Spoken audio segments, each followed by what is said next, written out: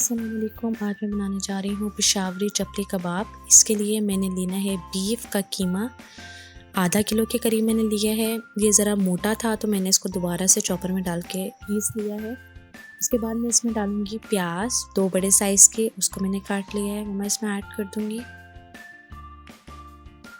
साथ में मैं डालूँगी 1 टेबलस्पून जिंजर गार्लिक पेस्ट, लहसुन अदरक का पेस्ट। ज़ीरा और साबुत धनिया को मैंने पहले रोस्ट किया है और फिर मैंने इसको क्रश कर लिया है, वो डाला है। रेड चिली फ्लेक्स, कुटी हुई लाल मिर्च।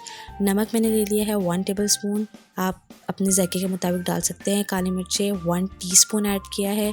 गरम मसाला मैंने 1 टीस्पून ऐड किया है। चाइनीज़ फ्लेवर सॉल्ट ले लें 1/2 टीस्पून। इन सबको डाल के मैं मिक्स करके अच्छे से ग्राइंड कर लूँगी।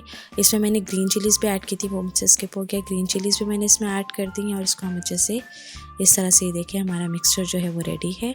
एक पैन में हमने लेना है 1 कप के करीब बेसन को हमने डाल के लो फ्लेम पे हमने इसे अच्छे से रोस्ट करना है कि इसकी एक अच्छी सी खुशबू आने लगे और इसका कलर जो है वो हल्का सा ब्राउन हो जाए।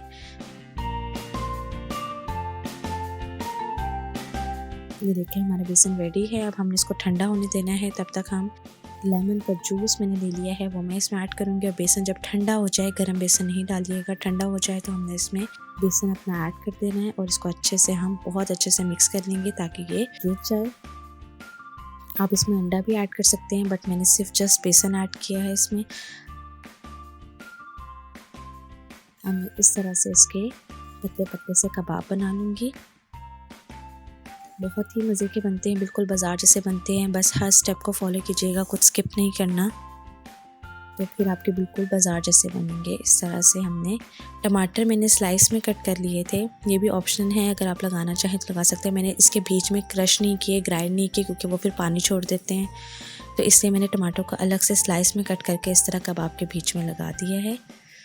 ये भी ऑप्शनल है, अगर आप डालना चाहें तो डाल सकते हैं, नहीं तो सादे ही बहुत अच्छे बनते हैं। इस तरह से मैं कबाब जो है वो रेडी कर लूँगी। इसमें आप हरा धनिया भी ऐड कर सकते हैं, मेरे पास अवेलेबल नहीं था तो मैंने नहीं यूज़ किया। आप हरा धनिया का इस्तेमाल भी कर सकते हैं। पैन में मैंने लिया है ऑयल। अब इसमें मैं लो फ्लेम पे मैंने इसे कुक करना है। एकदम तेज़ आंच पे बनाएंगे तो ये जल्दी काले हो जाएंगे और अंदर से पकेंगे नहीं। सो हमने इसे बिल्कुल हल्की आंच में हमने इसे कुक करना है। बहुत ज़्यादा ऑयल नहीं डालना, डीप फ्राई नहीं करनी है, शैलो फ्राई करनी है। और इस तरह हमने इसे क्रिस्पी ब्राउन होने तक हमने इसे फ्राई करना है।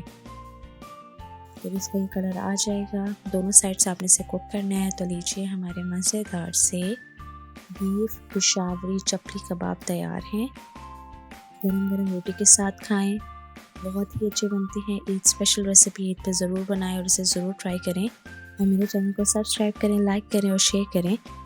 और मुझे ये रेसिपी ट्राई करके ज़रूर बताइएगा कि आपको मेरी रेसिपी कैसी लगी।